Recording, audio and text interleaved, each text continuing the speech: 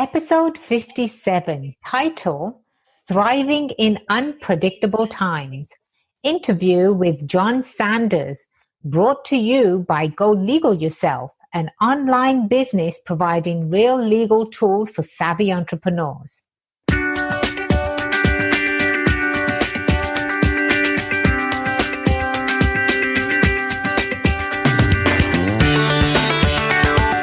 Welcome to the Go Legal Yourself podcast. This show is about knowing the legal life cycle of your business.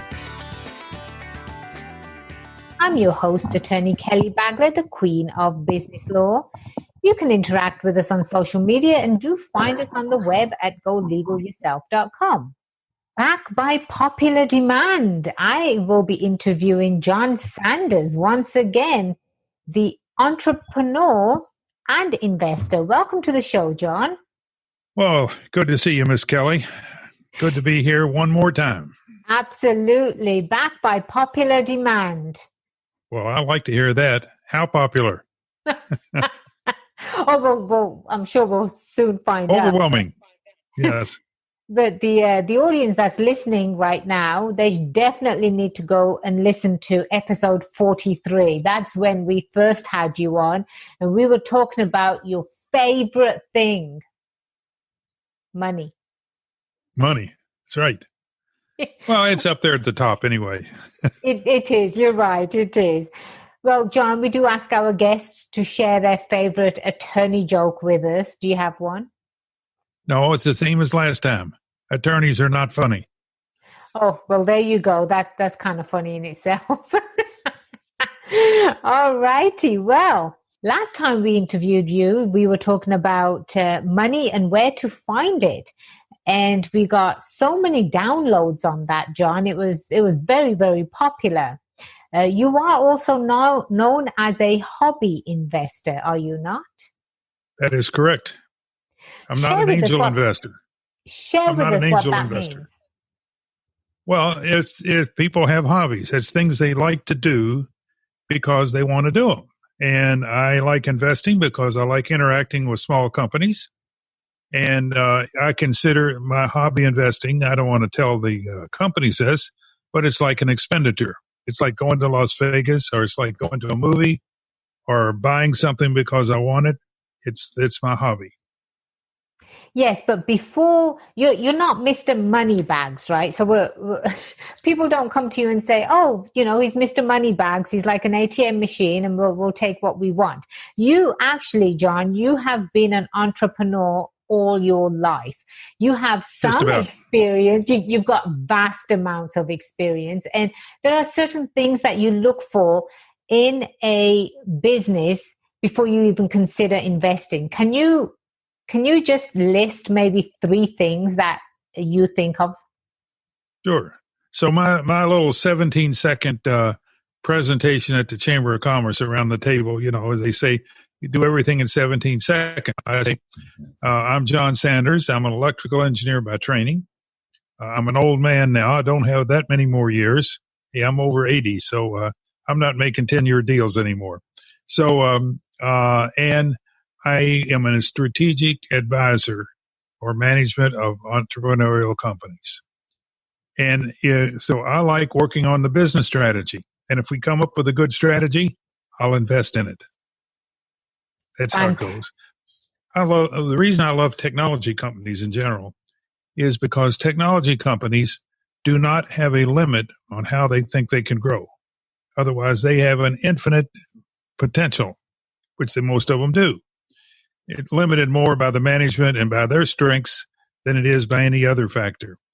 As compared to a pizza shop on the corner, whose goal is to make enough money and have enough extra food to feed his family and grow his family, and really doesn't plan much to grow beyond the real estate that he has. So that's kind of the 2 ends of the spectrum. So I look for those entrepreneurial companies that can grow infinitely. Fantastic. And John, you and I are having this conversation in these unpredictable times right now. What I mean by that is there's this global pandemic, and it really just came out of nowhere and literally has crippled hundreds of businesses. Like you said, it's done irreparable damage to the United States economy. Now it could be come back, but things will not come back that could have come back.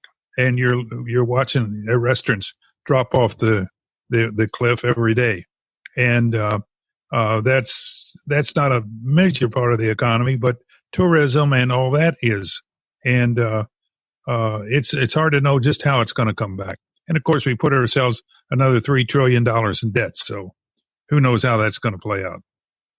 I'm with you too. Sometimes I'm sort of like speechless as to what is being aired on TV, and it's really, you're sort of hard pressed to find some accurate news where you can get some straight talk. But I'm reaching out to you today, John, is because you're a trusted source.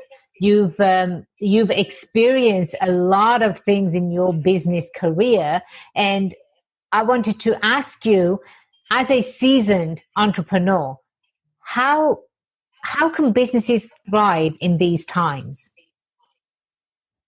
Well, let me go back to your initial title, Thriving in Unpredictable Times. So my immediate response about that is all times are unpredictable. There is no prediction that has a high degree of accuracy until you get there. So the world, my feeling is that the world in general does operate on extrapolated curves. We all think this is the way it's going, and therefore we just project the future, extending the curve. That's what extrapolation means. And so that's especially true in the stock market, where we extrapolate the curve on the companies and say, here's the points. This is what they've done for the last 3 quarters. This is what we project for the future. And we just kind of extend the curve. I'm going to come back to the stock market stuff a little bit later on because I got something else to follow on with. So I want to invoke my past brokerage partner and my mentor, Sid Wachtell, who died about 10 years ago. Sid was trained as an economist back in the 1930s during the Depression. He was in graduate school at New York University in the late 30s. And his graduate work, he did trading for his major professor who had a small technology fund in the late 30s. And Sid was involved in that. And that grew his love for technology companies.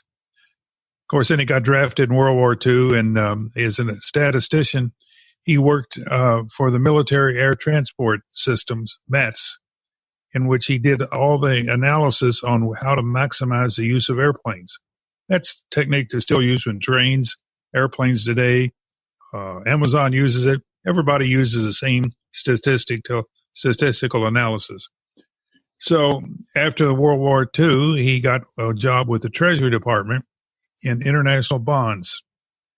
And he did that for 3 or 4 years, and then decided it was time to start his own stock brokerage firm because he loved the small companies.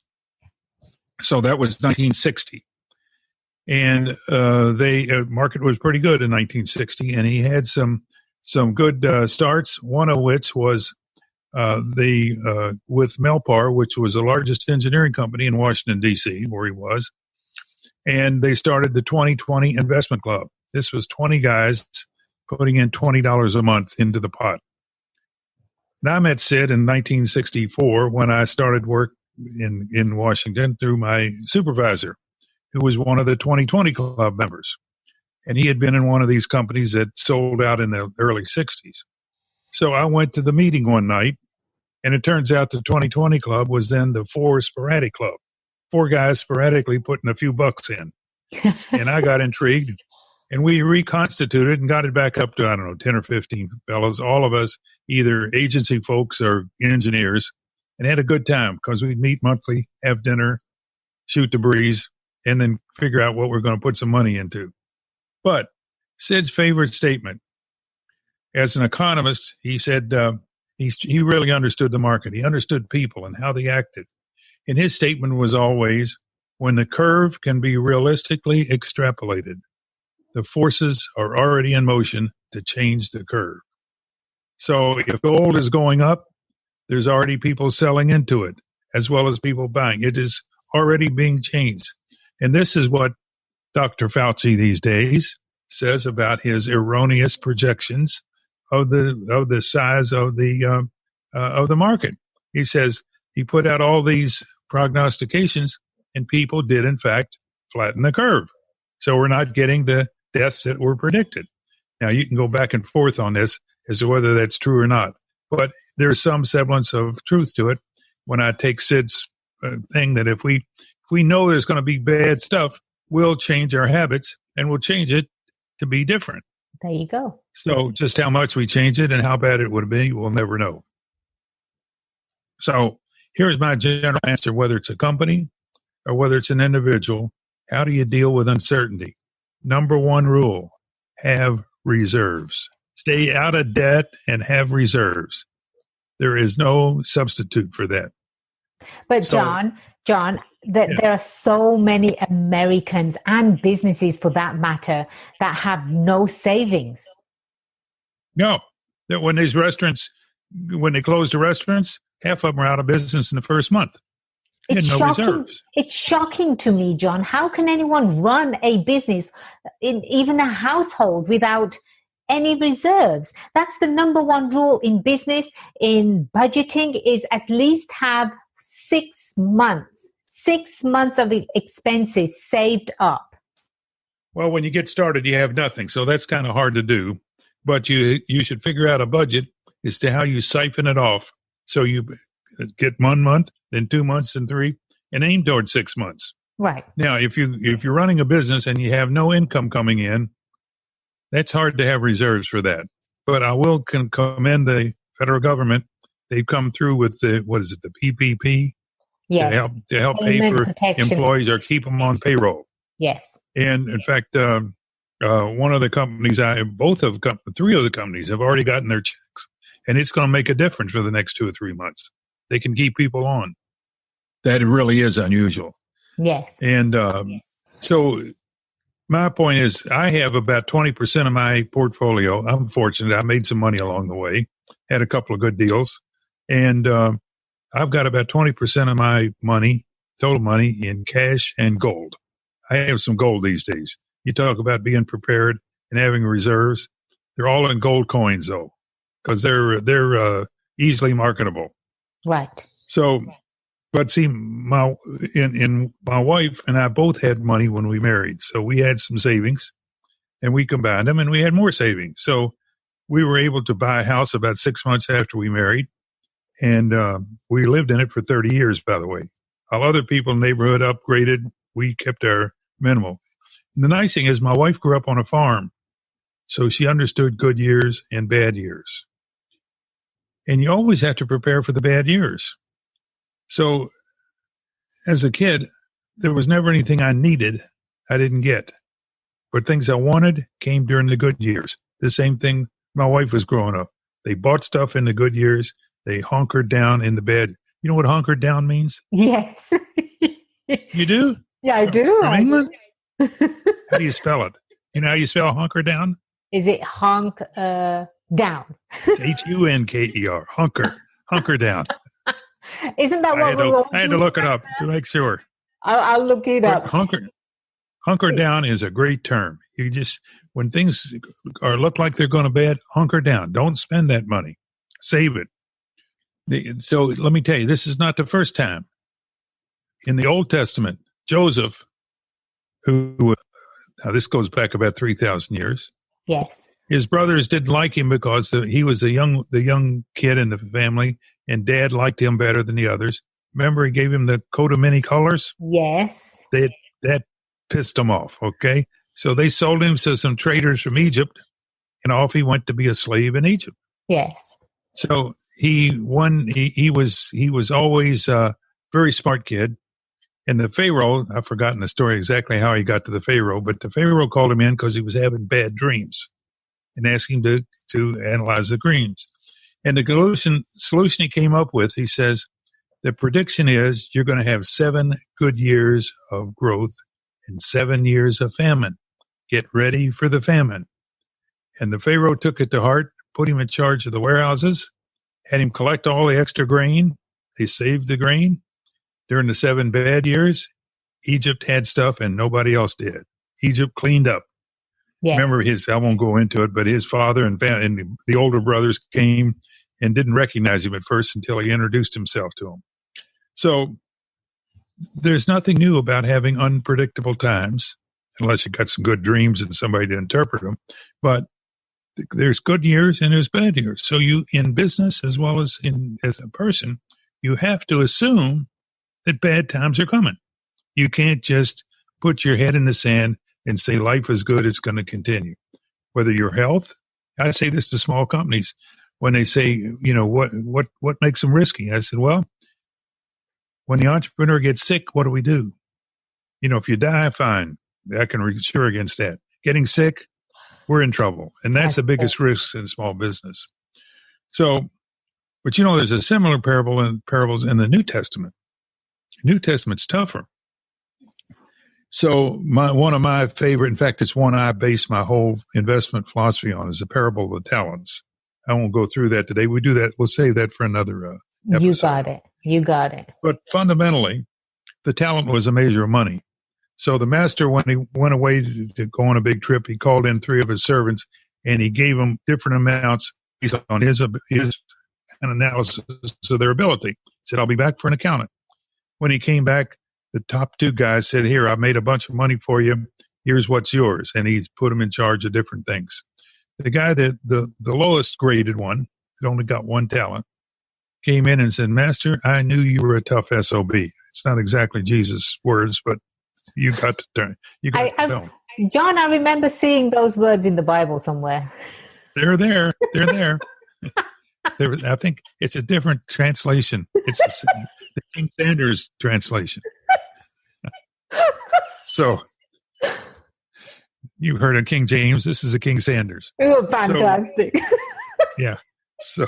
So, but the conclusion when they took the talent from the one, oh, by the way, when he said, all right, he told the other servants, take the talent from him that has 1 and give it where? Where do you think he had him give it? To the man that has 10, the big guy. Run with the winner. That's what Jesus said. Yeah. I like that. I like running with winners. Me anyway, too. the conclusion was, for to everyone who has will more be given, and he will have abundance. But from him who has not, even what he has will be taken away. Don't ever be the one that has little that gets taken away. So those are the words in the New Testament. By the way, that's my conclusion, is so much for socialism. Right. Jesus was tough. Right? Exactly. So this really says that in bad times, the people that have reserves and have money will have flexibility and be able to grow and do things and take advantage of the situation. For those that have little are going to fall further. They fall through the cracks. Our society tries to keep that from happening. Now the crack is so wide they're keeping anybody from doing anything that gives so much out. So most money is made in the bad times. And the reason is you invest in the bad times, you cash out in the good times. The good times. Just like the Egyptian Pharaoh. So, but you mentioned 3 other possibilities for discussing that were that you sort of started off with.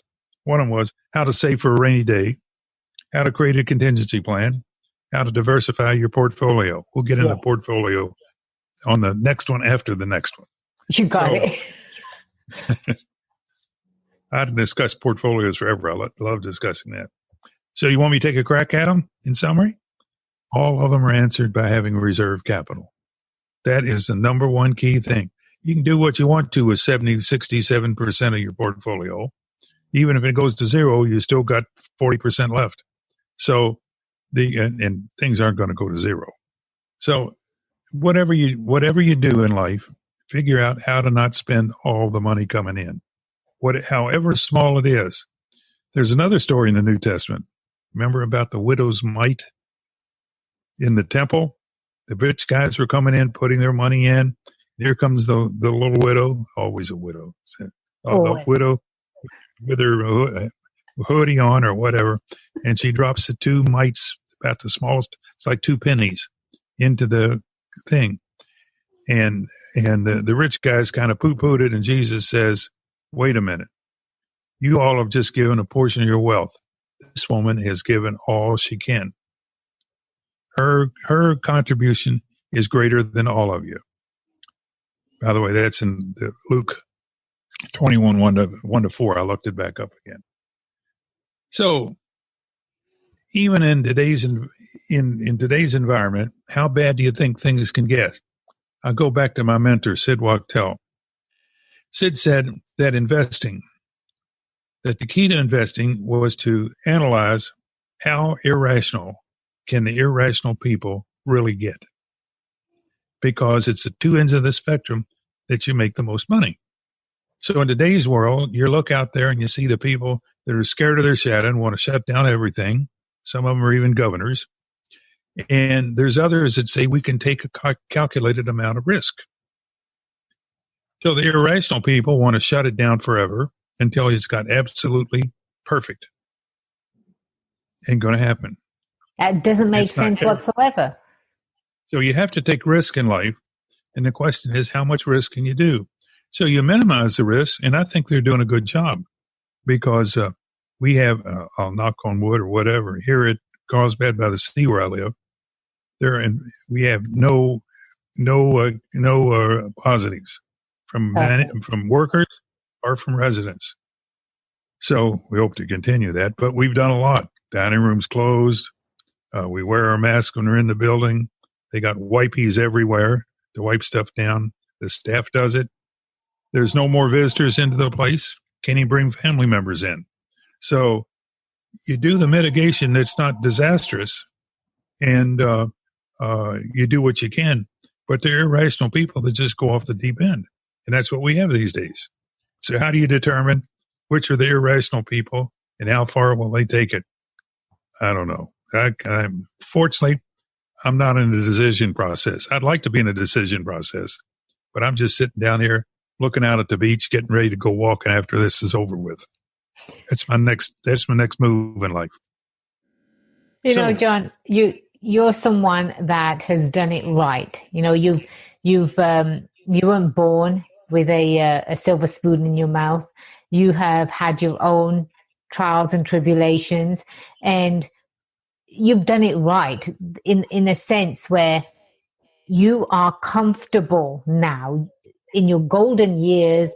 That's where you want to be comfortable. That's where you want to not, think about where your next food's coming from or your next amount of checks coming from, right? So anyone that's listening to this particular episode right now, the big takeaway from this, and I've had other guests on also, John, and these experts have said, reserves, reserves, reserves. Even if you're making $3,000 a month, right?